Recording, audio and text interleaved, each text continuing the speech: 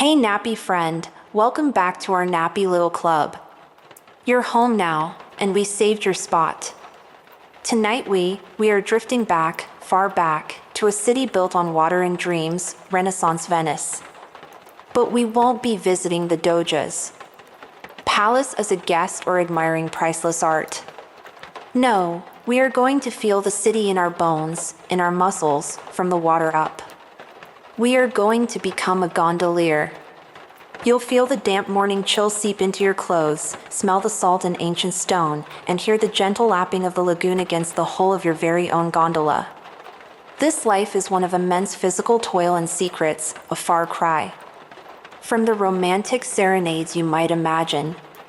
You probably wouldn't survive a week of this backbreaking work, but here, in our cozy little space, you're perfectly safe and relaxed, free to experience the grit without the grime. So, before your eyelids get too heavy, if you genuinely enjoy what I do here, tap that like button and subscribe to keep our sleepy adventures coming. After all, nobody wants to miss out on history, right? And as you settle in, let us know in the comments where you're listening from and what time it is in your corner of the world. It's always a quiet joy to see how far our little club reaches. So, dim your lights, tune into the soft, comforting fan hum, and ease gently into tonight's journey, because you're now officially in Nappy community. You're not just listening. You're an essential part of our Nappy family, where every night is soothing, special, and yours. You're safe, valued, and always welcome. The first thing you are aware of is not a sound, but a feeling. A deep, familiar ache in your shoulders and down your right side. It's the ghost of yesterday's labor, a constant reminder of your trade. You are Piero, and your day begins in the deep, inky blackness before dawn.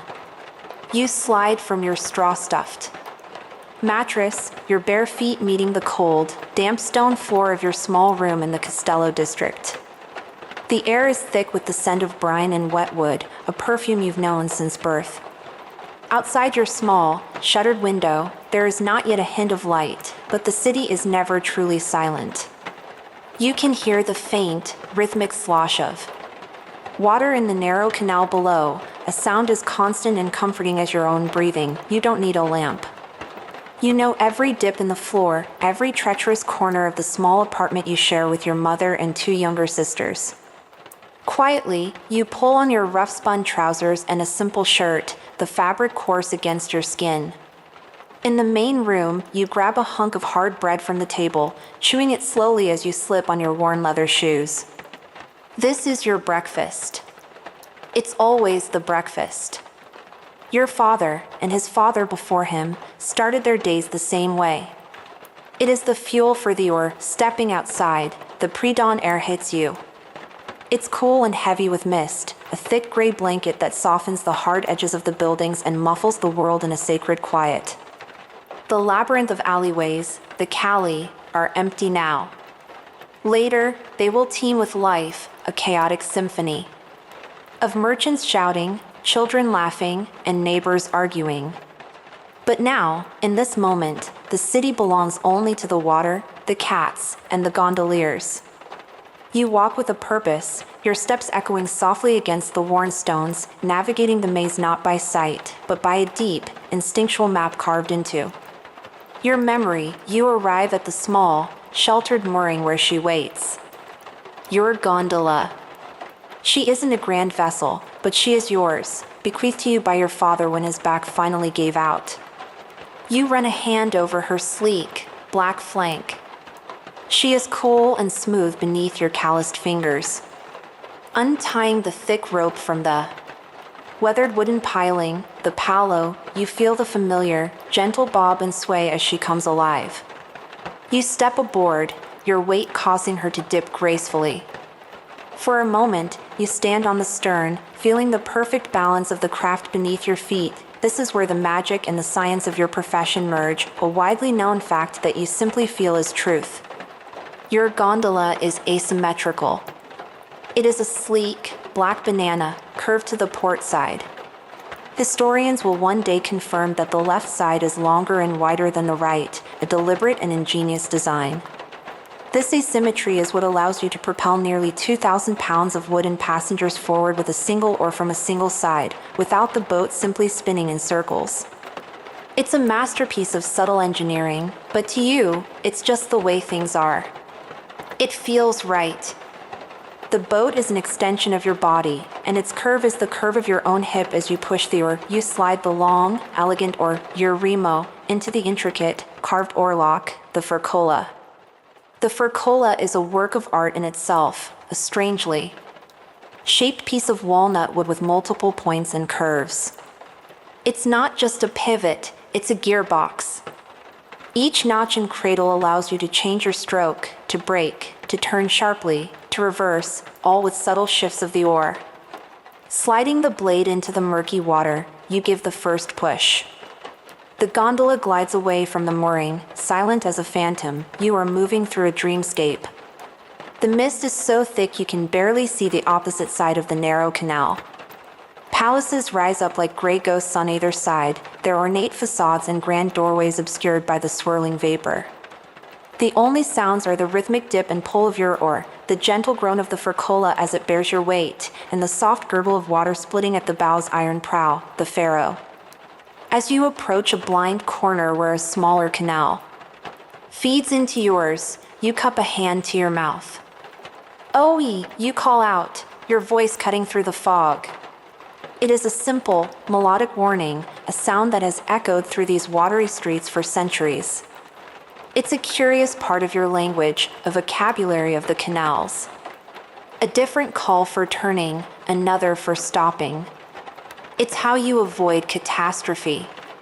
In a city with no traffic lights. From around the corner, a faint stay comes in reply, and you know another gondolier is there, holding their position. You glide past each other, two dark shapes in the mist, with a simple nod of recognition. No words are needed. As you navigate, your mind drifts, as it often does in these quiet hours. You think of the boat itself. Scholars in the future will debate endlessly about how your gondola came to be. Was its strange, asymmetrical shape the result of a single brilliant design, a sudden revolution in boat building? Or was it, as your grandfather used to say, a slow, patient evolution? He claimed the boats taught the builders that over generations of pulling through these exact canals, fighting these exact currents, the wood itself learned how to curve. You suspect he was right. You can feel a history in the way your boat responds, a wisdom that feels far older than its wood. It is an argument you will never hear, but you live its answer every single day. The sun is beginning to assert itself now, a pale, white disk behind the mist. The gray is softening to a pearlescent white, and the first golden rays are catching the highest spires of the churches. The city is stirring, and your day's work is about to begin. The aches in your body are a dull thrum, but your heart is steady. You are a vein in the artery of Venice, a vital, moving part of the most serene city on earth. The mist has burned away, leaving behind a crisp, sun-drenched morning. You guide your gondola into the designated line at the Santa Sofia Traghetto station, directly across the Grand Canal from the bustling Rialto market. The solitude of your dawn journey evaporates instantly, replaced by the low hum of masculine energy. Here, half a dozen other gondoliers wait, leaning against the wooden posts, mending small nets, or silently watching the canal traffic. The air smells of damp wood, canal water, and the faint, sour tang of cheap wine from a flask being passed between two older men. This is your office, your waiting room, and the court where the laws of your world are enforced daily. This is the domain of the guild. To be a gondolier is to be more than a boatman. It is to be a member of the Arte dei Gondolieri, one of the most powerful and ancient guilds in Venice. You were born into it, your place secured by your father's decades of service. For an outsider to join would be nearly impossible.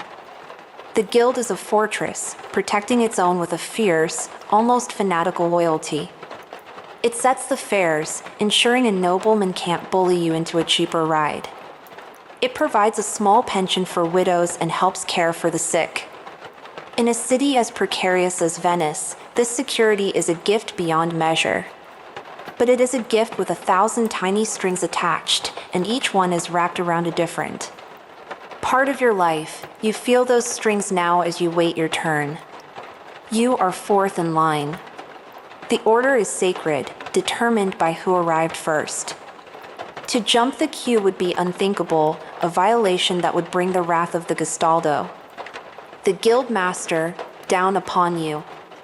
It would mean fines, a suspension, or worse, the silent, collective shunning from the other men, a punishment more chilling than any official decree. So you wait. You watch as Antonio, a barrel-chested man with a booming laugh, takes the first. Fare, a baker's boy with 2 large baskets of warm, fragrant bread destined for a palazzo across the water. You look at your gondola, then at the others lined up beside it. They are all black. Sleek, elegant, and uniformly, almost mournfully, black.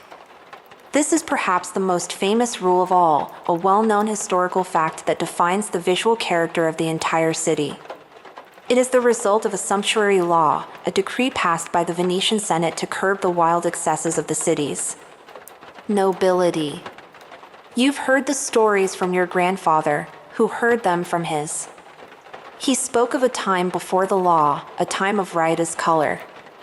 The Grand Canal was a rainbow of competing vanities. Nobles would deck out their personal gondolas in brilliant reds, deep blues, and shocking golds. They were upholstered in silks from the east, adorned with intricate gold leaf carvings, and propelled by gondoliers dressed in matching, flamboyant liveries.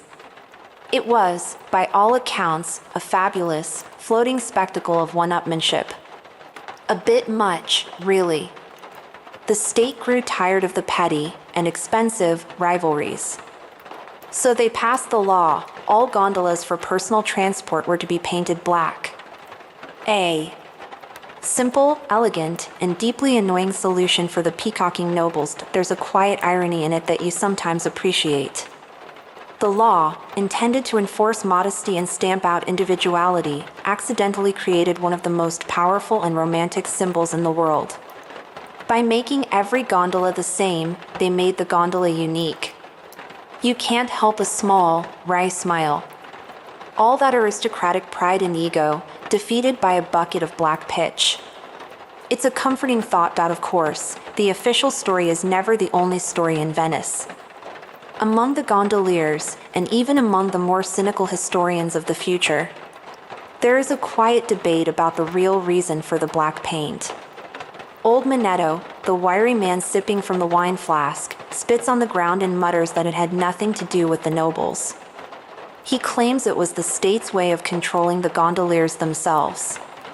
By making the boats uniform, they became less like private coaches and more like a state-sanctioned taxi service, easier to regulate, easier to tax, and stripping the gondoliers of the prestige that came from working for a powerful, flashy family. Others whisper a more practical theory. Black pitch, derived from tar, was simply the most effective, longest-lasting, and cheapest waterproofing agent available. The law, they argue, wasn't about aesthetics at all. It was about standardizing. Good boat maintenance. You listen to their theories as you wait. You suspect the truth, like the murky water of the canal, is a cloudy mixture of all three. It was about noble vanity, state control, and simple, boring practicality all at once. Your attention is pulled back to the present as a wealthy merchant in a fur-lined coat attempts to haggle with Giovanni, who is next in line. The Rialto is burning with activity. I must get there now. I will give you 3/4 of the fare, the merchant insists, his voice impatient. Giovanni, a young man known for his hot temper, simply points a thumb over his shoulder at a small, weathered sign nailed to the pier. On it, the guild's official tariffs are painted. He doesn't say a word. The merchant sputters, his face turning red, but he knows he is beaten. The price is the price. The guild has spoken. You feel a small surge of satisfaction. That sign, that simple piece of wood, is your shield. It is the collective power of 1,000 gondoliers, past and present. Focused into a single, unarguable point, this forced proximity creates a strange brotherhood. These men are your fiercest rivals for every coin, yet they are also the only ones who understand the permanent ache in your back, the specific frustration of a low tide, or the terror of a sudden squall. An obscure and almost forgotten part of your guild life is the duty of rescue. If you see another gondola in trouble, you are bound by the strictest oath to assist, no matter the cost to your own fare or schedule. To abandon a fellow gondolier is the ultimate sin. This rule binds you together in a web of mutual dependence. So you share news, complain about the port authority, and collectively mock the clumsy rowing of the amateur nobles who try to pilot their own small boats. But beneath the banter, there is always a current of competition. You notice the subtle glance from Pietro when you secure a wealthy-looking passenger, the way Luca's jaw tightens when you are praised by the Gastaldo. It is a family, yes, but a deeply competitive one, where every member knows exactly where they stand. Finally, it is your turn. A woman, her face hidden by a simple veil, wishes to go to a quiet canal near the Church of San Stay. It is not a long journey, but it is a private fare, which pays better than the traghetto crossing. You help her board, your hand steady on her elbow, and with a powerful, practiced push, you are out on the Grand Canal. The rules of the guild fade into the background, replaced by the immediate demands of navigation. But they are never truly gone. They are in the color of your boat, the price of your journey, and the silent understanding that you are never truly alone on these waters. You are one of a kind, and one of 1,000, all at once. Having left the veiled woman in the quiet solitude of her chosen canal, you push back out into the main thoroughfare. The gentle peace of that small side canal vanishes, shattered by the glorious, churning chaos of the Venetian midday. If the city at dawn was a sleeping giant, it is now wide awake and roaring. You are on the Grand Canal, which is less a waterway and more a liquid highway, a frantic, pulsing artery of commerce and life. Heavy cargo barges, sitting low and sluggish in the water, groan under the weight of Istrian stone for a new palazzo. Or barrels of wine from the mainland. Nimble, single-oared skiffs, a type of boat called a sandolo, dart between them like dragonflies, carrying messages or single, hurried passengers. And everywhere, there are other gondolas, black slivers maneuvering with a skill that looks like chaos but is, in fact, a highly coordinated dance. You are rowing through the very heart of the Venetian Empire, and this is a historical fact you don't need to read in a book, you live it. The magnificent palaces that line the canal are not just pretty houses. They are the headquarters of global trading fortunes. Their front doors, grand water gates of carved stone and heavy wood, open directly onto the canal. From your low vantage point, you see the city's wealth being made in real time.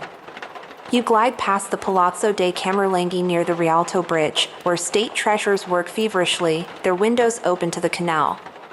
You see a barge tied to the posts of a Gothic palace, its crew sweating as they unload precious bolts of silk, the vibrant colors a shocking contrast to the murky green water.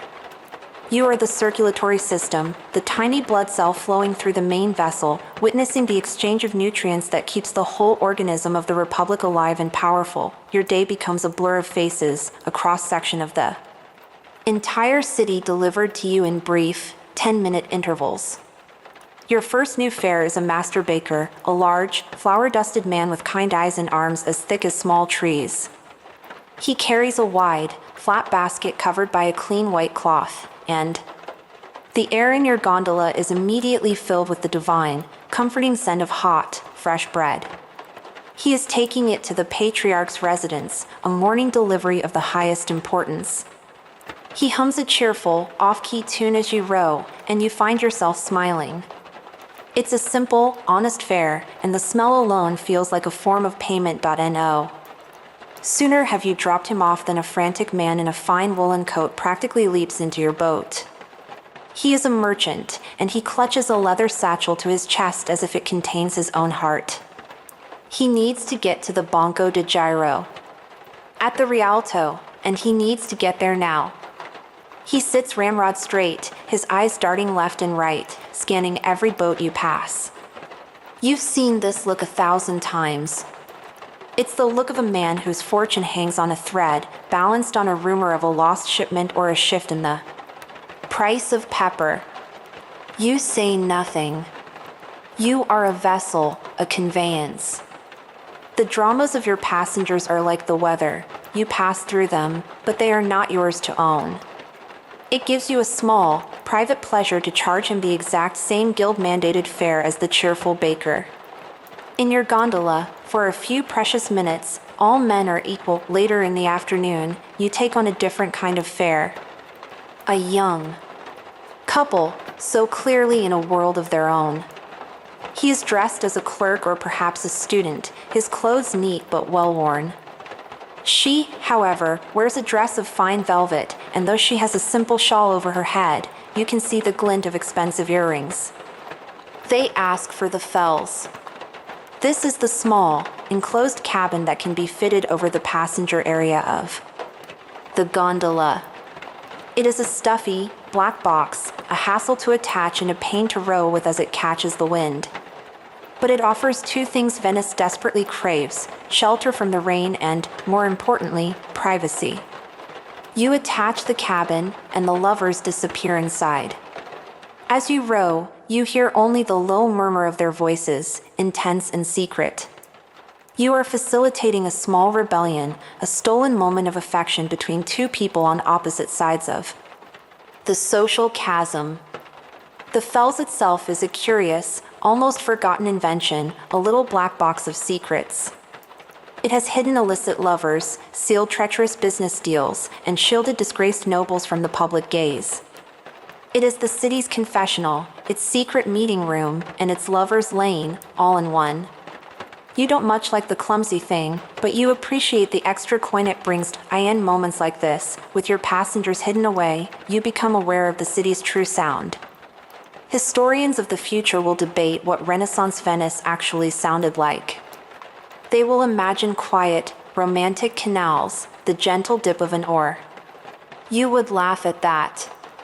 The city is a symphony of noise, a complex and layered opera of life. From your seat on the water, you hear everything. The rhythmic thump-thump-thump of a caulker's mallet from a nearby square or boatyard where a new gondola is being born. The shouting of two barge captains arguing over right-of-way there. Insults creative and shockingly vulgar. The high-pitched laughter of children playing on a fondamenta. And above it all, the constant, clanging conversation of church bells. Each of Venice's 100-plus campaniles has its own voice, its own schedule.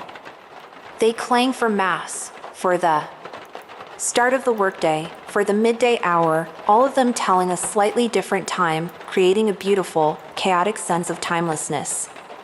The debate over the city's soundscape is simple from your perspective. Venice is not silent. It is loud with the sound of work, prayer, and life, all underpinned by the constant, gentle sloshing of the water that holds it all afloat. The sun beats down now, and you feel the familiar burn in your shoulders and back. The morning's bread has long since been digested. You pull over to a quiet spot, tie the gondola, and take out your lunch, a hard roll, a wedge of salty cheese, and a raw onion that you bite into like an apple. You eat quickly, watching the traffic flow past. This is the reality of your day. It is not a graceful glide set to music. It is a grueling, repetitive, physical marathon. The romance of the gondola is a product you sell, not a life you lead. A bead of sweat drips from your brow and falls into the canal, instantly disappearing. You are tired. Your body is a furnace of aching muscles, but the day is far from over. You are the lifeblood of this impossible city, and the heart must keep beating. You push off the wall, your oar dips into the water, and you rejoin the eternal, living river of Venice. The afternoon sun casts long, golden stripes between the buildings, painting the water in hues of amber and deep green. The day's work is beginning to wind down. The frantic energy of the midday rush has softened into a more languid end of day. Rhythm. You are rowing a quiet fare, an elderly glassblower from Murano, his hands permanently stained with the colors of his trade. He is silent, tired from a long day at the furnaces, and you are content with the peace. It is in this moment of calm that the first stone is tossed into the placid water of your world. As you glide past a crowded fondamenta, you catch a snippet of conversation from two merchants waiting for a ferry. Their voices are low, but laced with a sharp, metallic thread of anxiety. Came in on a galley from Ragusa, one says, not looking at the other, his eyes fixed on the horizon. They say half the crew was dead before they even saw the Lido. The other man makes a sign against evil, a quick flick of his fingers. The fever? He whispers, the words seeming to hang in the thick, humid air faster than that. The other kind. The one that brings the swellings. You keep rowing, your face a mask of indifference, but the words snag in your mind. Sickness is a constant. Passenger in Venice. Fevers, fluxes, consumption, they are part of the fabric of life in a crowded port city. You hear rumors like this every year. But this one feels different. The specific, hushed terror in that whisper about swellings makes the hairs on your arms stand up. You drop the glassblower at his destination, take his coins, and try to shake the feeling of unease, but it clings to you like the damp canal. Mist of the morning, this is the curse of Venice, a truth so widely known it's almost mundane. Your city's glory is also its greatest vulnerability. It is the gateway to the West, a magnificent, unsleeping port where the wealth of the world flows in. Spices, silks, jewels, and knowledge arrive daily from the Levant, from Alexandria, from Constantinople. But the ships that carry these treasures can also carry unseen cargo. They can carry death. You look out across the Bacino di San Marco at the forest of masts from ships at anchor, and for the first time, they don't look like symbols of prosperity. They look like daggers, all pointed directly at the heart of the city. At your heart, over. The next few days, the atmosphere of the city begins to curdle. It's a subtle change at first, like milk just starting to turn. The boisterous arguments on the canals are quieter. The laughter you overhear seems more fragile, easily broken. The conversations in your gondola shift. Passengers no longer gossip about their neighbors or complain about taxes. They talk in low, fearful tones about the new sickness. They trade folk remedies and prayers. A man tells you his wife is boiling juniper branches to cleanse the air. A woman clutches a small bag of herbs to her nose for her entire journey, her eyes wide with fear. You start to notice the smell of vinegar and strong perfumes more often, a desperate attempt to combat the dreaded miasma, the bad air that everyone believes carries the pestilence. Then you see him. It's not the full, iconic beaked costume. That will terrify Europe for centuries, but it's the beginning of it, an eccentric and terrifying sight. A man, clearly a physician, walks briskly along a fondamenta. He wears a long cloak of dark, waxed canvas that shines dully in the sun. He carries a long wooden staff, which you realize he uses to poke and examine his patients from a safe distance. Most unnervingly, his face is partially covered by a primitive leather mask with a protruding snout, not yet the full bird's beak, but its horrifying ancestor. This snout, as you'll later learn, is stuffed with camphor, cloves, and mint aromatic herbs believed to purify the foul air before he breathes it. It is a strange, alien sight, and it stops you cold. The plague is no longer a rumor. It now has a uniform. There's a grimly ironic humor to the sight. You wonder how anyone could take a doctor seriously when he looks like a monstrous, long-snouted bird. But the fear he inspires is no laughing matter. The Republic, for its part, begins to move. Venice is the inventor of quarantine, a practice.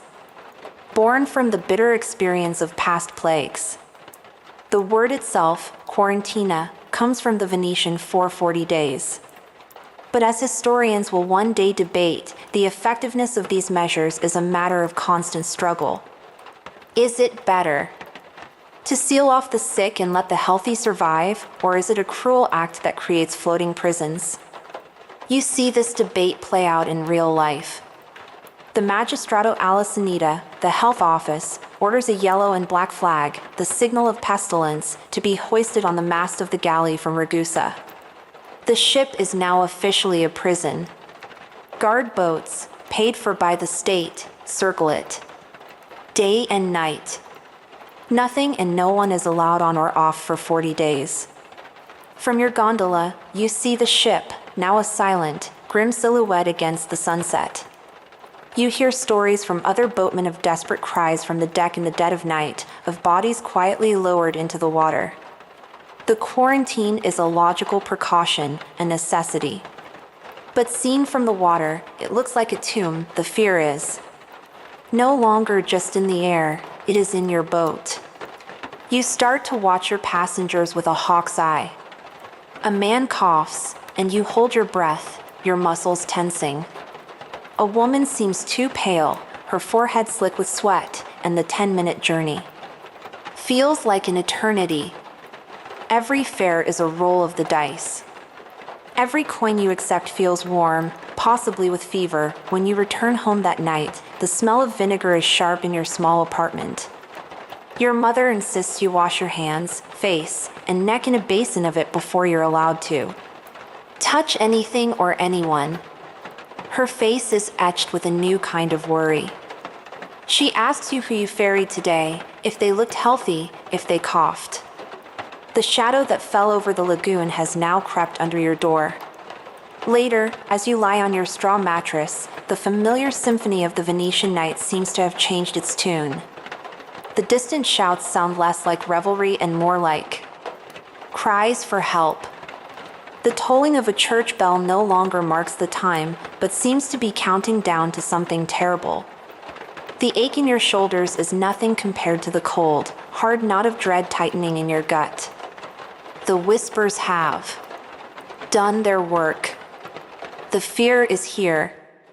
The city holds its breath. The shadow that was creeping at the edges of the city has now fallen completely, a thick, suffocating blanket of dread. The vibrant, chaotic symphony of Venice has been silenced, replaced by a new, terrifying quiet. The grand canal, once teeming with the traffic of a mercantile empire, is now eerily empty. Commercial barges no longer arrive laden with spices. Instead, they are covered with canvas tarps, hiding a more macabre cargo. The change happened faster than you could have imagined. 1 week, it was whispers and rumors. The next, it is the only reality you know. Your job, once a proud and steady trade, has been twisted into a nightmare. The health office, the Magistrato alla Sanita, has issued a decree. All able-bodied gondoliers are now servants of the state. Your choice is to serve or to be imprisoned, and have your gondola seized. The pay is astronomically high, a small fortune for a week's work, but everyone knows why. It is hazard pay of the most extreme kind. You are no longer ferrying bakers and merchants. You are now the ferryman for the sick and the dead. Your first call comes early one morning. A guard from the health office, his face wrapped in a vinegar-soaked cloth, directs you to an address in a poor, crowded quarter. There, a woman waits on the fondamenta, her body racked with silent sobs. Her husband stands beside her, his face a stony mask of grief, holding a small bundle wrapped in a linen sheet. It is their son. The guard orders you to take the child to the Lazaretto Vecchio, the old plague hospital. This is a name spoken only in whispers, a place from which very few return.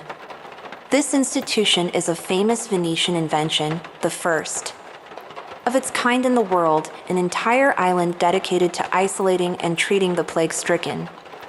A fortress against the pestilence.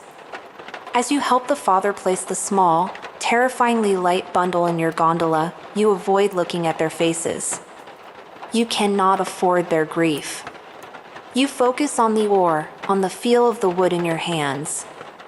On the rhythm of the stroke, the journey to the island is surreal. The water of the lagoon is calm, the sky a serene blue. It is a beautiful day for a trip on the water. The absurdity of the thought is a brief, hysterical bubble in your mind. As you draw closer, the beauty vanishes.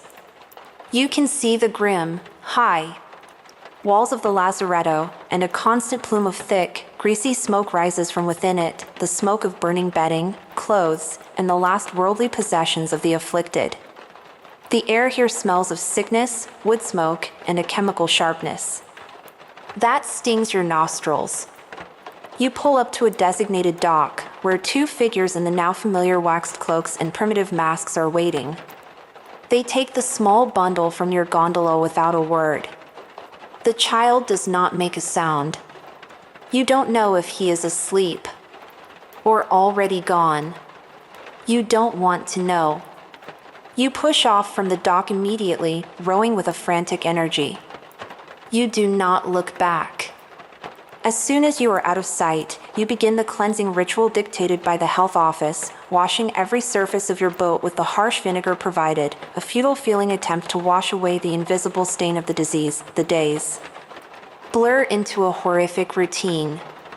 If you are not taking the sick to the lazaretto, you are on an even grimmer duty. You are assigned to a barge that patrols the smaller canals, following the corpse collectors. Their cry has become the new sound of Venice, a hollow, soulless chant that echoes in the narrow alleyways. Corpi. Corpi. Chi hum morti in casa? Bodies. Bodies. Who has dead in the house? When a door opens and a body, hastily wrapped in a sheet, is brought out, your job is to transport it. The barge becomes laden with the anonymous shapes of the dead. You work mechanically, your mind a blank slate. You refuse to think of them as people. They are cargo.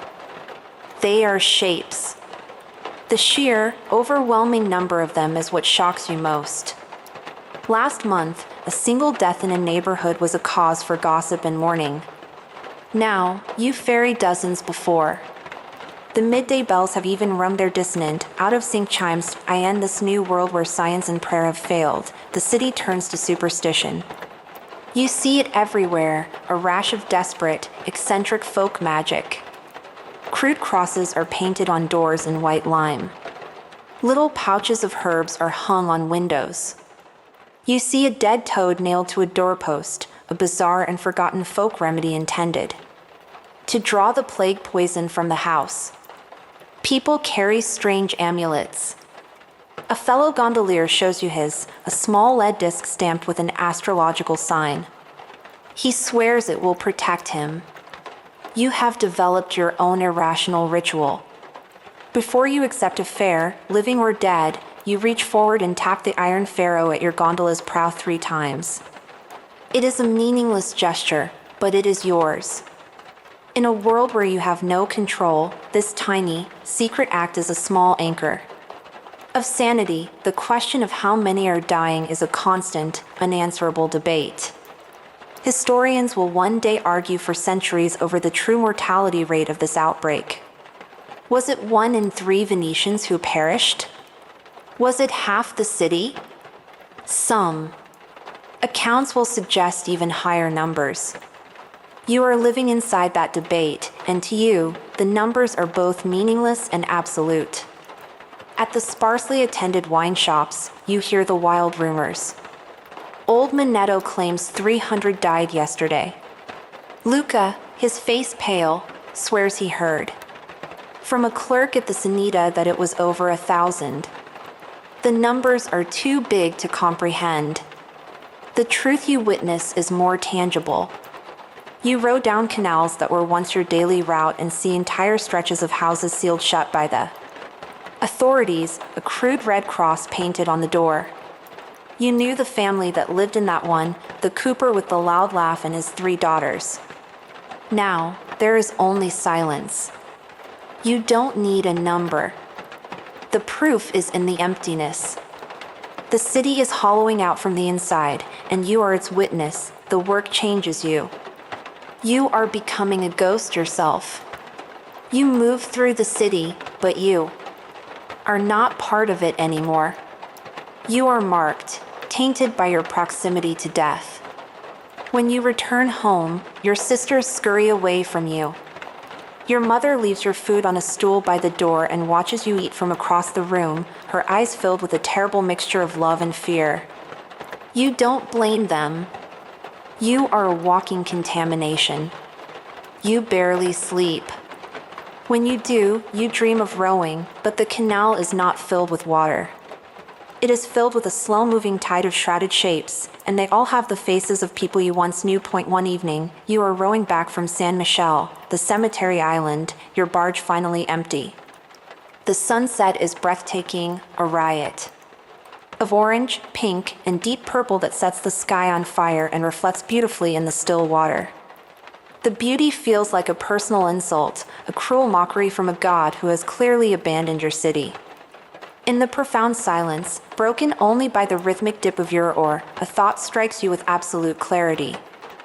The line between the living and the dead has worn thin. It is now as murky and permeable as the canal water itself. And you are the ferryman, forever rowing along that line, asterisk. It does not end with a thunderclap or a triumphant peal of church bells. It ends with a whisper. A slow, agonizingly gradual fading. The plague recedes not like a vanquished army, but like a tide going out, leaving behind a scarred and desolate landscape. The first sign of change is the silence. For months, your days have been punctuated by the hollow cry of the corpse collectors. Then, one morning, their call does not come. The silence they leave behind is more profound than any sound. A ringing emptiness that is both a relief and a source of deep unease. The number of new cases reported by the health office, once a torrent, slows to a trickle and then to nothing. The quarantine flags on the ships in the lagoon are eventually, cautiously, taken down. The fever has broken. Venice has survived. But it is not the same city. You are not the same man. The Magistrato alla Sanita releases you from your service. The hazard pay stops. You are, once again, just Piero, a gondolier. But a gondolier in a city of ghosts. You return to your old post at the traghetto station, but most of the other men are gone. Of the dozen or so who worked this station, only you and 2 others remain. There is no joyous reunion. You simply nod to each other, the unspoken horrors you've all witnessed hanging in the air between you. There are no fares. The Rialto market, once the frenetic heart of the city, is a shell of its former self, with only a handful of vendors standing listlessly at their empty stalls. The city's economy, a well-documented casualty of every great plague, has been shattered. The guilds have lost 1/3, sometimes half, of their skilled artisans. Workshops are shuttered. Palaces stand empty, their wealthy owners dead or fled to their estates on the mainland. You have a purse full of coins earned from your grim work, but it feels like cursed money, and there is almost nothing to buy. Your days are now spent mostly in waiting. You drift in the quiet canals, you're resting, listening to the echoes. You glide past the home of the baker whose warm bread once scented your gondola. The windows are boarded over, the door sealed with the red cross of the Sanita. You look for the familiar face of the old woman who always threw scraps to the cats, but her doorway is empty and the cats are gone. You are rowing through your own memories, and every corner turned reveals another absence, another ghost.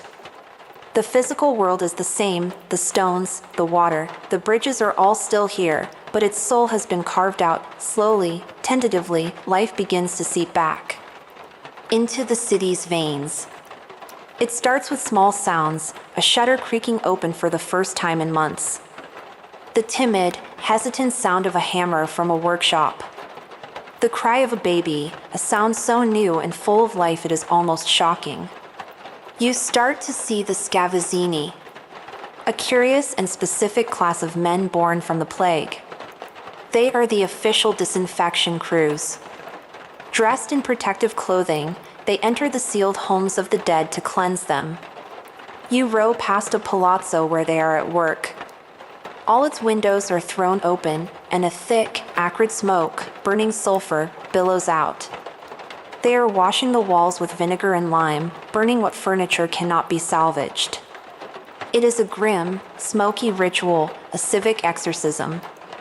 But it is a sign of faith in the future, a belief that people will one day live in these houses again. Now, in the quiet aftermath, the great debate begins.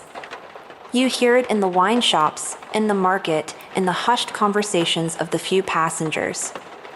You carry. Were the Republic's measures a miracle of governance or an act of calculated cruelty? Historians will argue this for all time. Venice's creation of the lazaretti, its powerful health magistracy, its system of quarantine, were these the pioneering acts of public health that saved the city from utter annihilation? Did the iron will of the Doge and the Senate prevent a total collapse? Or was it a brutal, utilitarian calculus that condemned thousands to die alone, sealed in their homes or abandoned on desolate islands, denied the comfort of family or the last rites of the church? You have no answer. You were the instrument of that policy. You were the one who rode the boy to the lazaretto. Was that act saving the lives of thousands, or was it the unforgivable abandonment of a child? You remember the faces of the families as you took their loved ones away. You remember the chilling finality of the guards sealing a house, knowing the healthy inside were now trapped with the sick. You saw the cold logic of the system, but you also felt its heartless reality. You hear one man praise the Sanita for their foresight, for treating the city like a single body and cutting off the diseased parts to save the whole. Minutes later, you hear another man spit on the ground, cursing the same magistrates for letting his brother die alone, walled up in his own home. You live in the chasm between those two truths. The academic debate is your lived experience, and its weight is a heavier burden than any corpse you ever carried. The plague has scoured you clean of your old self. You are quieter now. The easy banter with other gondoliers feels alien. You prefer the silence of the empty canals, the rhythmic dip of your own or your only companion. The city's noise, when it starts to return, seems jarring and frivolous.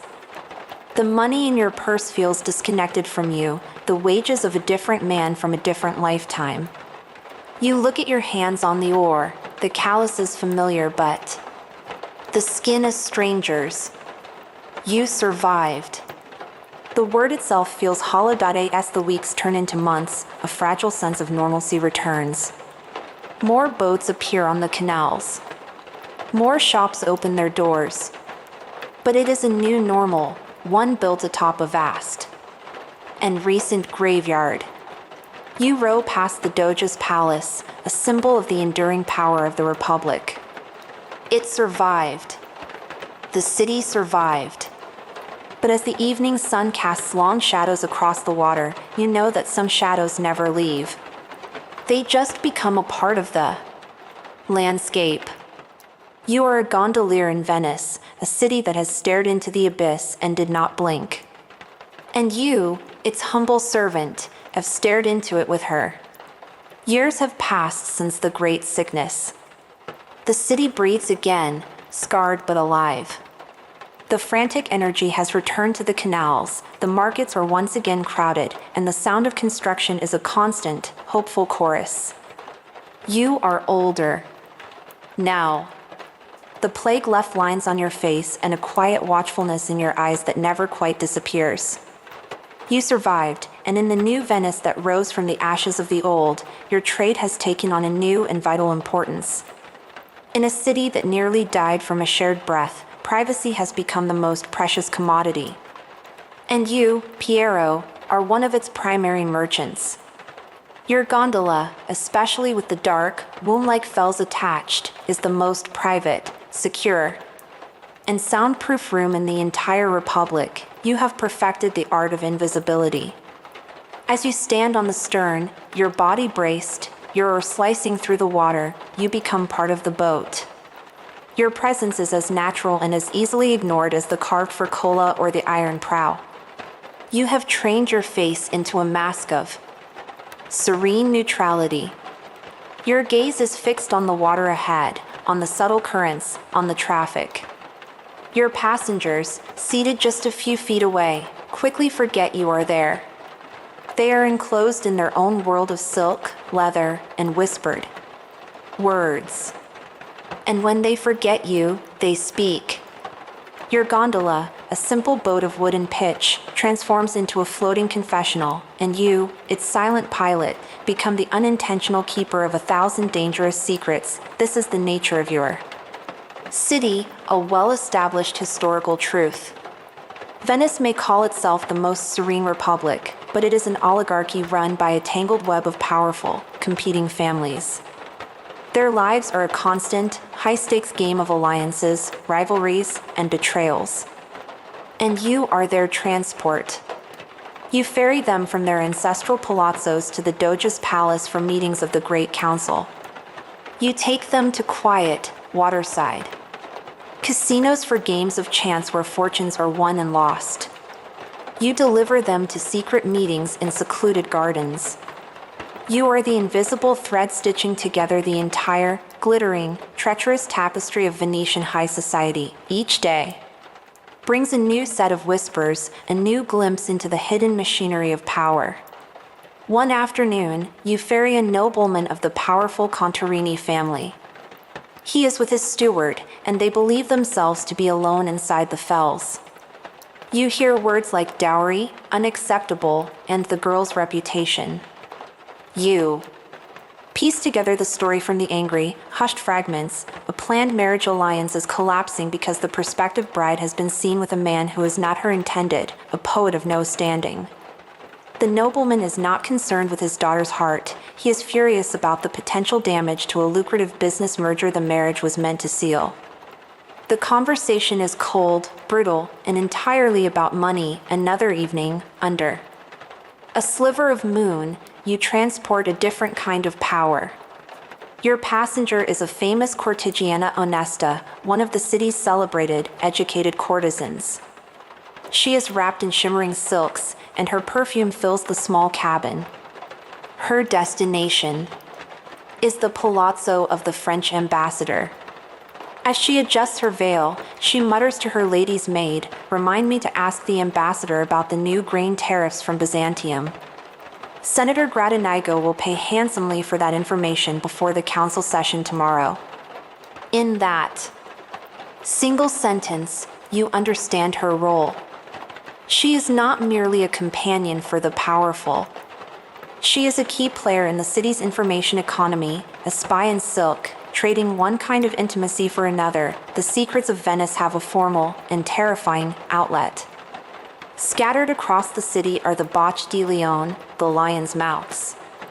These are stone faces carved into the walls of churches and public buildings, their mouths agape. They are, in essence, anonymous mailboxes for secret denunciations to the state. It's a curious, institutionalized form of paranoia. One night, you are hired by a man in a dark cloak who asks to be taken to the Campo San Martino. He doesn't get out. He asks you to wait in the shadows of the canal. He slips out of the gondola, scurries across the small square to the wall of the church, and you see his silhouette as he drops a small, rolled-up piece of parchment into the black, gaping maw of the lion's head set in the wall. He returns to your boat, silent and grim. You have just been the getaway driver for an act of secret accusation. The whispers you hear every day in your boat, you realize, could easily become fatal little scrolls dropped into the belly of a stone lion. Many of these whispers and accusations are destined for the most feared institution in Venice, the Council of 10. The Dieci, as they are known, are the Republic's shadowy state security committee. Historians will forever debate their true nature. Were they a pragmatic and necessary body that protected the Republic from espionage and treason? Or were they a secret police, a paranoid and all-powerful tribunal that ruled through a network of spies and the fear of anonymous denunciations? From your position on the stern, you feel the answer is yes to both. The fear of the Council is a palpable force. You see the effect of its mere mention. Two merchants discussing a risky venture will suddenly fall silent if they even drift past a building associated with the 10. You ferry a minor city official who has just been questioned by them. He is visibly trembling, his face ashen, and he sits in rigid silence for the entire journey. The power of the Council is absolute because the fear of it is absolute, and what of you, the keeper of all these secrets? You have learned the most important skill of your trade, more vital than navigating a dense fog or a high tide. You have learned to forget. The moment a passenger pays their fare and steps off your gondola, the conversation you just overheard begins to dissolve. You consciously push it from your mind, letting it sink into the murky canal water along with all the other secrets you've carried. To remember would be a madness. To speak would be suicide. Your discretion is your shield and your livelihood. You may have overheard enough information to ruin half the men on the Great Council, but a hot meal and a safe bed are worth more than all the blackmail in Venice. Your silence is the most valuable service you offer. Your gondola drifts on, a black, silent vessel, ready for the next confession. The city's renewed life has a frantic, almost desperate edge to it, as if making up for lost time. The nights are alive with commerce and intrigue. On one such evening, a thick, damp wind blows in from the sea, promising rain. The sky is bruised purple, and the lanterns on the Grand Canal cast flickering, distorted reflections on the choppy water. It's a night for secrets, a night when the wind can carry away whispers. You are about to finish your shift when two men hail you from the steps of a small, discreet casino. They are dressed in the dark, expensive wool of successful merchants, but they carry themselves with the nervous energy of thieves. They don't want the Grand Canal. They want the quiet, labyrinthine backwaters of the Cannaregio district, and they want the fells. Immediately as you help them board, their anxiety is a palpable thing. They practically dive into the small cabin and pull the door shut before you've even pushed off from the pier. Their request for a slow, meandering journey through the city's darkest canals is not unusual for lovers or conspirators, but these men have the air of neither. They radiate a raw, commercial fear. You slide the oar into the water and begin to row, your body a steady, rhythmic machine. The wind howls softly around the corners of the buildings, and the first fat drops of rain begin to speckle the dark. Water. Inside the cabin, the men begin to talk. At first, their voices are a low, angry murmur, lost beneath the sounds of the night. But as their dispute grows more heated, their voices rise, cutting through the thin wooden walls of the cabin. And you, against your will, begin to hear words. Words like Genoese, the Emperor's agent, and the shipment is already in Chaja. And then you hear the word that makes your blood run cold, salt. You understand immediately. Salt is the bedrock of the Republic. It is a historical fact that the city's first great wealth was built on its monopoly of the salt trade. The state controls every grain, from the salt pans of the lagoon to the markets of the mainland. To trade salt privately, especially with Venice's hated rival, Genoa, is not just a crime. It is treason. The risk is too great, one man hisses, his voice thin with panic. The council's spies are everywhere. If we are caught, the council is busy watching the Turkish ambassador and worrying about the noble's gambling debts. The other retorts, his voice a low, confident growl. They don't care about two merchants making an honest profit. The Genoese have the ships, we have the connections. We sell the salt directly to the imperial agent in Trieste, and we become richer than the Doge himself. It is the perfect plan. Your heart is pounding against your ribs, a frantic drumbeat that you pray they cannot hear. You are no longer a passive observer of courtly gossip or financial woes. This is sedition. This is a plot against the very foundation of the state. You focus on your rowing, your muscles coiled tight. Each stroke must be perfect, smooth, thoughtless.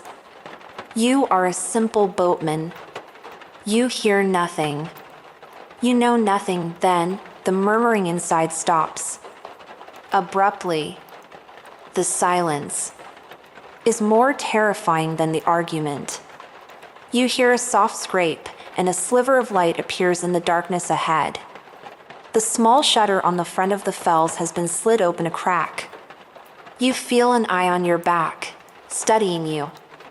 Have you been too quiet? Did your posture betray your attention? Every instinct screams at you to turn, to react, but you fight it. You hold your body in the exact same position, a black-clad statue on the stern. Your oar continues its steady rhythm. Dip, push, feather, return. You are a machine made of wood and muscle. You pray that is all they see. After an agonizing eternity, the shutter snaps closed. The argument resumes, but now it is a tense, guarded whisper. They know you are there. The danger is no longer abstract. It is in the boat with you. As you navigate a sharp, blind turn, you call out the traditional warning, OE. The sound that comes from your own throat sounds foreign, strained. You pass another gondola, its lantern casting a brief, warm glow. It is Marco, an old friend. You give the oar a slight, almost imperceptible twist on the return stroke, a subtle gesture that is part of the unwritten language of your trade. It is a piece of obscure slang that means passenger trouble or dangerous fare. Marco's eyes meet yours for a fleeting second in the darkness, and he gives a tiny nod of understanding before disappearing back into the rain. The brief exchange is a small comfort, a reminder that you are not entirely alone in this secret-filled world. The men finally direct you to a dark, unremarkable watergate, far from any major landmark. As one of them pays you, he presses a few extra coins into your palm. His hand is clammy. A wet night for a long ride, he says, his voice attempting a casualness that it cannot achieve. You have earned a good tip for your silence. It is not a reward. It is a warning. They disappear into the darkness of the alleyway, and you are left alone, the rain now falling in a steady, hissing sheet. You sit there for a long time, the extra coins feeling like hot coals in your hand. What do you do? The image of the Bocca di Leone flashes in your mind. It is your duty as a citizen of the Republic to denounce them. But the very thought fills you with a cold dread. This brings you face to face with the central, terrifying debate about Venetian justice. Was it truly just? Or was it merely a political theater? Historians would argue for centuries whether the Council of 10 secret trials were models of efficiency or instruments of terror. If you, a lowly gondolier, were to accuse two wealthy merchants of treason, what would really happen? Would you be hailed as a hero? Or would you be dragged into the same dark, windowless chambers as the accused, a key witness to be interrogated, tortured, and perhaps silenced? It would be your word against theirs, your life against their fortune. The scales of Venetian justice, you realize with sickening certainty, are not balanced. They are weighted with gold. The decision you make is not born of courage or cowardice, but of a gondolier's pragmatism. The gondolier's code is to forget. For the first time, this is not easy. This secret is a venomous serpent coiled in your gut. But you have a mother and sisters who depend on you. The risk is not yours alone to take. Your survival is more important than the state's salt monopoly. The irony is a bitter taste in your mouth. You, who ferried the dead and faced the plague, could be undone by a whisper about seasoning. You push off from the wall, the gondola gliding silently back into the rain-swept canals. The men are gone, but their secret is now your passenger. And it is the heaviest, most dangerous fare you have ever carried. Word count, 1,100. The secret you carry is a heavy, undigestible stone in your gut. For days, you've been jumpy, scrutinizing every shadow, seeing potential spies in every passing boat. The gondolier's code of forgetting, a skill you had honed to perfection, has failed you. This secret refuses to be forgotten.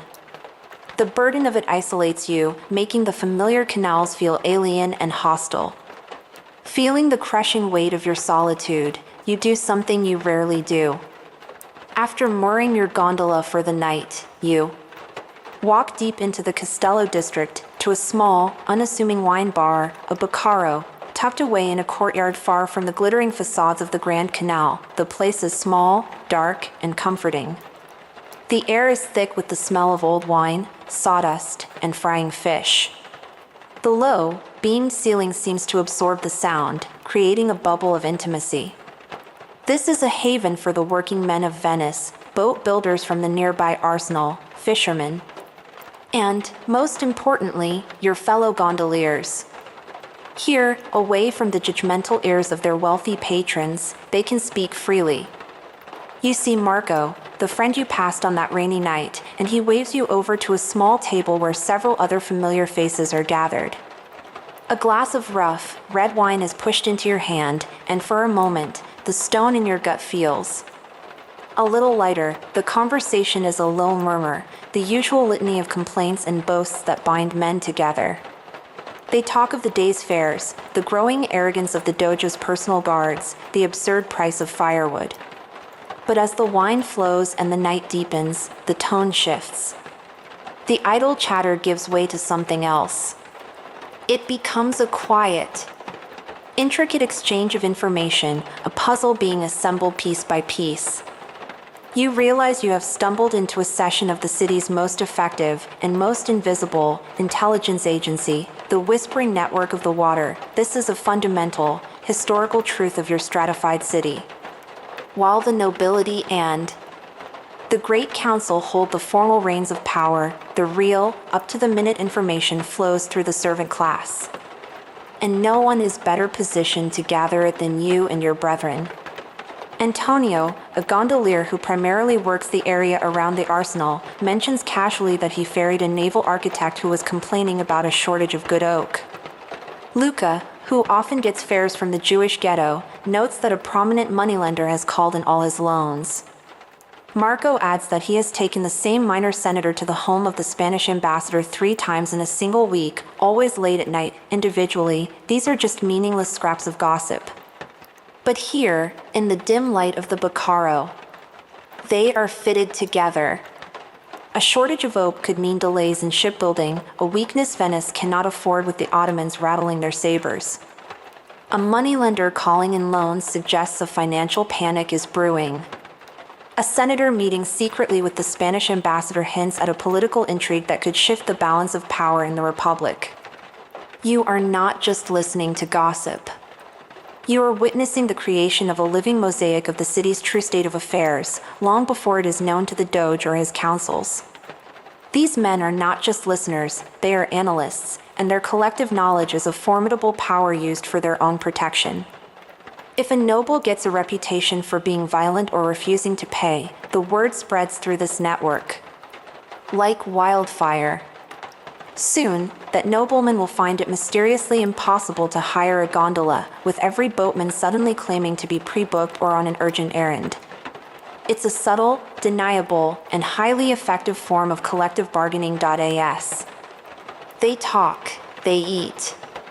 On the bar are dozens of small plates of sacchetti, the iconic snacks of Venice. This curious and beloved culinary tradition is the social lubricant for the network. With toothpicks, the men spear marinated sardines, tiny fried meatballs, and olives, stuffed with peppers. The simple, communal act of sharing this food and wine solidifies their bond, the informality of the meal a perfect camouflage for the deadly serious nature of their conversation. The secret of the salt smugglers is still burning a hole in your conscience. You feel an overwhelming urge to share the burden, to seek their counsel. You decide to test the waters, speaking to the table at large. You don't name names or mention the cargo. You phrase it as a hypothetical. What, you ask, your voice low. If a man were to overhear something truly dangerous? Something that was treason against the Republic itself? The change in the atmosphere is instantaneous and chilling. The easy camaraderie evaporates. The men stop eating. Marco looks at you with worried eyes. Vittorio, the oldest and most respected gondolier at the table, a man with a face like a weathered sea chart, sets his wine glass down with a soft click. He stares at you, his gaze piercing. "Let me tell you a story," he says, his voice quiet, but carrying an immense authority that silences the entire room. He speaks of a gondolier, years ago, a good man named Paolo, who overheard a plot against a powerful senator. Paolo, believing he was doing his patriotic duty, took the information to the Council of 10. He was thanked, praised, and rewarded. And then, a week later, his body was found floating in the Orfano Canal. The official cause of death was a drunken fall. Everyone knew it was a lie. Vittorio's story is a direct answer to the academic debate you can't even articulate. How much power does the common man truly have? Historians of the future might argue that guilds and networks like this one gave you agency. Vittorio's story is a brutal rebuttal. He is telling you, in no uncertain terms, that the network's power has sharp and definite limits. It is a shield, to be used for protecting its own members from abusive patrons or economic hardship. It is not a sword to be wielded in the grand, treacherous games of the state. To bring the Council of 10 into your life, for any reason, is to invite your own destruction. The network's primary function is the survival of its members, and the first rule of survival is to never, ever get involved. The verdict is unspoken but unanimous. The secret you carry is too great, too dangerous. It is your burden, and yours alone. You leave the Bacaro later that night with a clearer head and a heavier heart. You understand your place now more than ever. You are part of a silent, watchful brotherhood, a fraternity of ghosts that moves through the city's veins. You are influential, you are knowledgeable, but you are also wise enough to know the boundaries of your own power. The secret remains. Locked inside you, a cold, hard stone. But you are not entirely alone. You are a keeper of secrets in a city of whispers, and tonight you have learned the most important secret of all: silence is survival. It is Ascension Day, the day of the Festa della Senza, and Venice has transformed. A city that is already a daily spectacle has adorned itself in its most magnificent finery. All work has ceased. The canals are not arteries of commerce today. They are the pews of a great, floating cathedral. You are in your gondola, but not for hire. Today, you are a spectator, one of thousands. You have maneuvered your boat into a prime position in the Bacino di San Marco, the vast expanse of water, facing the Doge's palace. The lagoon is a jammed, chaotic, and joyous tapestry of every vessel imaginable. Ornate family barges, draped in silks and velvets, jostle for space with humble fishing boats, all packed with families in their holiday best. Banners bearing the winged lion of St. Mark fly from every palace, every window, every flagpole. A forest of crimson and gold snapping in the sea breeze, the air itself is electric, vibrating with sound. The bells of every church in the city, from the campanile in the piazza to the humblest parish church in the outer islands, are ringing in a continuous, deafening, and glorious peal. The sound is so immense you can feel it in your teeth. Beneath, The bells, there is the roar of the crowd, a single, happy beast of 1,000 voices. You bob on the water, holding your position with gentle, expert strokes of the oar, caught up in the collective anticipation. Then, a blast of trumpets, clear and sharp, cuts through the din. The crowd's roar intensifies. The procession has begun. From the canal between the Doge's palace and the state prison, it emerges. The Busan Toro. The Doge's state barge is one of the most famous and awe-inspiring sights in the world, a well-known symbol of the Republic's majesty. But to see it in person is to be struck dumb with wonder. It is less a boat and more a floating, two-story palace of gold. Carved from bow to stern with mythological figures, allegories of justice and peace, and countless gilded lions, it glitters so intensely in the sun that it seems to be a piece of the sun itself, fallen into the lagoon. It moves without sails or visible oars, propelled by hundreds of unseen arsenalati, the elite workers of the state shipyard, hidden on the lower deck. It glides with an impossible, inexorable grace, a testament to the wealth and maritime genius. A Venice.at, the highest point on the stern, on a gilded throne under a rich canopy, you see him. The Doge. From this distance, he is just a small figure, almost lost in the splendor of his own vessel and the sea of richly dressed senators and foreign ambassadors that surrounds him. He is draped in heavy robes of white and gold silk, trimmed with ermine, and on his head is the corno ducale, the unique, horned ducal cap that is the very symbol of his office. He looks ancient, his face a pale cameo. He moves with a slow, deliberate formality, every gesture precise and laden with centuries of tradition, the great golden ship and its flotilla of accompanying boats, all decorated in the colors of the state, glide past you towards the Lido, the barrier island that protects Venice from the open sea.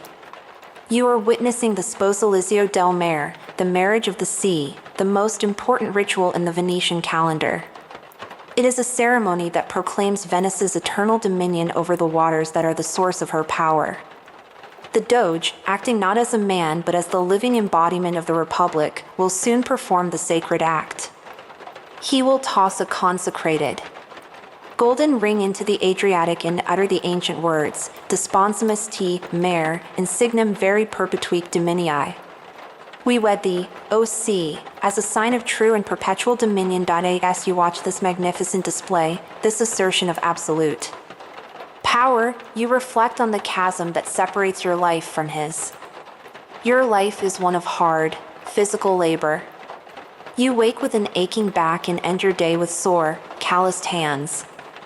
You are anonymous, a fleeting, black-clad figure against the grandeur of the city. But you are free. After your work is done, you can walk the winding alleyways, lose yourself in the crowds of the Rialto, sit in a dark Baccaro and share a flask of wine and a plate of sacchetti with your friends. You can have a real conversation, a genuine argument. Your world, in its poverty, is boundless. The Doge's life is the mirror image of yours. He lives in a palace, surrounded by the most beautiful art in the world. He eats from golden plates and wears clothes worth more than you will earn in a lifetime. But he is, as you know from the whispers of the network, a prisoner in a gilded cage. This is a curious, almost forgotten aspect of his office. The Doge is forbidden from leaving Venice without the express permission of the Great Council. He cannot speak alone with foreign ambassadors. His mail, both incoming and outgoing, is read by state censors. His sons are barred from holding significant public office during his reign, lest he attempt to create a hereditary dynasty. He is a symbol, an icon, a holy relic robed in flesh, but his personal freedom is virtually non-existent. You can wander home to Castello tonight. He cannot even cross the street to buy a loaf of bread. The thought of trading places is absurd. You would not trade your freedom for all the gold on the Busan Toro. In this moment, you see the answer to a question that future historians will debate for centuries. Was the Doge a king or merely a figurehead? You see both. The symbolic power is absolute. He marries the sea on behalf of the entire republic. His image is stamped on the city's coins. But you also see the reality. You see the cluster of powerful senators surrounding him on the deck of the great ship, their faces serious and watchful. They are his advisors, but also his handlers, his keepers. He reigns, but they rule. The Doge's power is a carefully circumscribed performance. This entire, breathtaking ceremony is not just to impress foreign dignitaries. It is a yearly reminder to the Doge himself that he is not the master of the state, but its first servant. The golden barge reaches its destination. A hush falls over the massive crowd. You see the Doge rise, his arm lifting. The ring glints in the sun for a moment before disappearing into the blue-green water. The marriage is consummated. A roar erupts from the thousands of spectators. The trumpets blare. The bells of Venice reach a new crescendo. The ceremony is over. As the Bucentoro begins its slow, majestic turn back towards the city, you are left in its wake, a tiny black gondola bobbing on the churned water. You feel a strange, unexpected pang of something like pity for the old man on the golden throne. You turn your own boat, you're dipping into the water that belongs to everyone and no one, and begin the long row home, a free and unknown king of your own small, floating world. The exhilarating chaos of the Festa della Senza has faded, leaving the city in its familiar state of workaday grime and glory. The great golden Bucentoro is back in its protected berth at the arsenal, and you are back at yours, plying the canals for a living. It is on a perfectly ordinary afternoon, while waiting for a fare near the Rialto, that you become aware of a new and peculiar phenomenon. A man, clearly a foreigner by his pale skin and oddly tailored clothes, is sitting on the steps of the embankment. He is not looking for a ride. He is looking at you. He has a sketchbook in his lap and a piece of charcoal in his hand, and he is trying to capture your likeness, or rather, the likeness of the scene you inhabit. He sketches the elegant curve of your gondola's prow, the crumbling plaster of the palazzo behind you, and your own form, a simple black silhouette standing on the stern. You watch him, a wry, almost imperceptible smile playing on your lips. He doesn't see you, Piero, the man whose back is stiff from a long shift and whose mind is occupied with thoughts of the price of fish for dinner. He sees something else entirely. He sees a picture, a romantic, timeless image of Venice.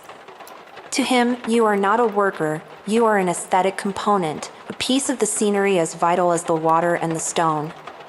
This is the beginning of a great transformation, a historical shift that will turn you from a laborer into an icon. You are witnessing the birth of a myth, and you are its unwitting subject. This foreigner is part of a new tide washing over the city. They call it the Grand Tour, a now famous tradition where the wealthy sons of English, German, and French nobles travel to Italy to soak up its culture, its history, and its sunshine. Venice is a key stop, a city they see as a place of beautiful decay, masked balls, and clandestine romance. It is these tourists, with their diaries, their letters home, and their sketchbooks, who are creating the image of Venice that the world will come to know. And in their story, you, the gondolier, are cast in a leading role. You reflect on the absurdity of it, the vast gulf between their fantasy and your reality. They imagine your life as one of constant romance. They write poems about the gondoliers. Serenade, the beautiful, heartbreaking love songs that echo through the canals at night. The truth makes you chuckle. The songs you and your friends sing are not soaring arias for heartbroken lovers. They are bawdy shanties about tavern maids, crude jokes set to music, and long, rhyming complaints about the guild masters. Singing. A delicate love song while maneuvering a half-ton boat through a crowded canal is a good way to end up colliding with a barge. The romance is in their ears, not in your throat. They see you as a Venetian Cupid, the silent, knowing ferryman of secret lovers. You have certainly carried your share of them, their hands clasped tightly inside the privacy of the fells. But you are not Cupid. You are a taxi driver. Their passion is a commercial transaction for you. You are paid for your time and your discretion. Their love, whether it is a pure, star-crossed affair or a sordid dalliance, is their business. You are simply the conveyance, the facilitator. The idea that you are some kind of minister of love is a beautiful and deeply funny misunderstanding. Even your simple, practical work clothes are being absorbed into this myth. You look down at your wide-brimmed straw hat. It's battered, sweat-stained, and its only purpose is to keep the relentless summer sun from baking your brain. Yet in the sketches the tourists make, the hat is rendered as a charming, rustic accessory. You can almost see how, in the future, it will become a required part of a costume, perhaps with a colorful ribbon tied around it, a theatrical prop for a role you never auditioned for. A simple, functional object, an eccentric but practical bit of clothing, is being transformed into a romantic symbol. This process you are witnessing firsthand will one day be given a name by academics, the invention of tradition. Historians will debate how certain practices and images, which seem ancient and timeless, are often relatively modern creations, constructed to serve a new purpose, like promoting tourism or national identity. You are the raw material. Your authentic, sweaty, often boring life is being selectively edited, polished, and packaged into a neat, romantic narrative. The question that floats into your mind is, who owns your story? Do you, who lives its every aching, tedious, and occasionally beautiful moment? Or do the poets and painters who will sell a prettier, more digestible version to the world, you are pulled from your philosophical reverie by a real fare? Not a foreign tourist, but a local family. A glassblower from Murano, his wife, and their small daughter. They are crossing the canal to visit a relative. The fare is small, the conversation non-existent. But as you row, the little girl, no more than 5 years old, leans over the side of the gondola and trails her small hand in the water, her face erupting in a peal of pure, unadulterated laughter. Her parents watch her, their faces softened not by some grand, poetic passion, but by a simple, profound, everyday love. This moment, you think, is the truth. It is not romantic. It is not picturesque. It will not be featured in any tourist's sketchbook or nobleman's poem. It is a small, quiet, profoundly human interaction. It is a moment of real beauty, more real than all the manufactured romance in the world. This is the life that the myth conveniently leaves out. When you return to your post, the foreign artist is packing up his things. He catches your eye and gives you a polite nod, holding up his sketchbook to show you the finished product. You see a graceful black boat, a mysterious, faceless silhouette on the stern, all set against a backdrop of crumbling, romantic palaces. He has captured a beautiful lie. He has missed the ache in your back, the thoughts of your dinner, the memory of the laughing child. He has missed everything that is real. And you find, to your surprise, that you do not mind. The myth is their business. The reality, with all its sweat and its secrets and its small, true moments, is yours. The years flow by like the quiet waters of the lagoon, each one carving a deeper line into your face and a deeper ache into your bones. It is 1797, and you are an old man. Your hair is a thin, white halo, and your back is permanently stooped into the curve of a rower, but some days, when the sun is warm and the canals are calm, you still take out the gondola. Your son, strong and capable, does the real work now, but the feel of the oar in your hand is a comfort you are not yet willing to surrender. The Venice you row through now is not the city of your youth. The vibrant, confident republic has faded, replaced by a beautiful, weary, and fragile dowager living on memories and borrowed time. The air is thick with a sense of ending, then. On a day in May, the end comes. The most serene Republic of Venice, after more than 1,000 years of fiercely guarded independence, surrenders. She does not go out with the roar of cannons, but with the quiet, shuffling vote of a terrified council. A young, Corsican general named Napoleon Bonaparte has brought a millennium of history to its knees without firing a single shot at the city itself. You are on the water that day, and while you do not see the French soldiers, you feel the moment the city's heart stops beating. You see the faces of the patricians, the nobles you have ferried your entire life. Their masks of cool composure have shattered, replaced by disbelief and open, weeping grief. Their world, and the world of their fathers for 40 generations, has ceased to exist. Late that afternoon, you receive one last, historic fare. A minor member of the Great Council, a man you've known for years, his face ashen, his body trembling. He has just come from the final, fatal session. He slumps into the fells, and for the entire journey to his palazzo, he weeps. Not with loud, theatrical sobs, but with the silent, wrenching tears of a man utterly broken. He mourns for the lost glory, for the fallen lion of St. Mark. And you, Piero, the humble gondolier, the silent listener, you are the final confessor. For a dead republic, the stories of that day spread through the city like a fever. You hear how the last doge, Ludovico Menin, returned to his opulent apartments in the palace. How he calmly took off the corno ducale, the horned cap of his office, and handed it to his valet. "Take it," he reportedly said, his voice flat. "With resignation. I shall not be needing it again." The simplicity of the act is staggering. 1,000 years of tradition ended in a quiet gesture of defeat. In the days that follow, a strange and almost comical sight appears in the piazza. San Marco. The French, in their revolutionary zeal, have erected a liberty tree, a bizarre wooden pole adorned with ribbons and a red cap. It's a curious, foreign object, a piece of cheap theater in a city that perfected true spectacle. You look at it and feel nothing but a mild contempt. It is a symbol with no history, a flimsy prop that cannot hope to replace the deep, ancient roots of the lion. I end these twilight days of your life, rowing through a city that is no longer sovereign. You reflect on all you have seen. You have witnessed the city's boundless confidence, its gut-wrenching terror during the plague, its secret intrigues, and its most sacred ceremonies. You have seen doges and senators, spies and lovers, merchants, and priests. You have heard their secrets and shared their silences. And now, they are all gone. The doge is just a man. The senators are citizens of nothing. The Great Council is a memory.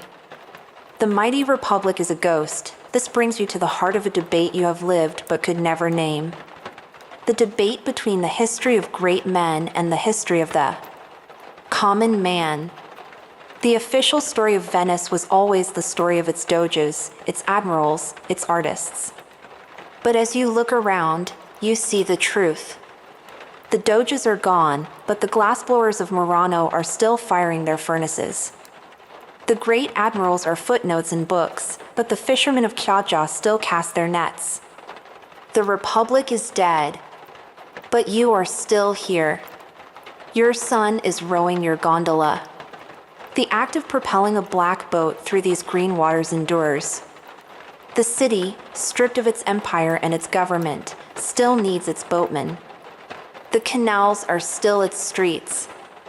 The lifeblood of the city was never in the palace, it was always here, on the water, and in that realization, you understand the final, profound irony of your life. The romantic myth that you observed with such amusement as a younger man, the story being written by foreign tourists, is in a strange way becoming the city's new truth. In the absence of the Doge and his golden barge, you, the humble gondolier, in your simple black boat, have become the most powerful and enduring symbol of Venice itself. Your silhouette against a setting sun is more meaningful now than the Lion of St. Mark on a forgotten banner. In the life of the Republic, you were its servant. In its death, you have become its immortal soul. You are very old now. Your son guides the gondola most days, his strong arms making the work look as effortless as the tourists always imagined it to be. You sit on the passenger seat, a rare luxury, and watch the city glide by. The sun is setting behind the dome of the salute, casting the Grand Canal in a light of heartbreaking beauty. The light catches the iron prow of your boat, the same design your father and his father used. It is a legacy more real and more lasting than any ducal ring dropped into. The sea. Doges are mortal. Empires fall. But the gondola and the gondolier glide on. You have endured asterisk and so, our story comes to a gentle, quiet end. The long, eventful life of Piero, the gondolier, fades into the soft twilight of memory, like the last golden rays of the Venetian sun sinking below the horizon.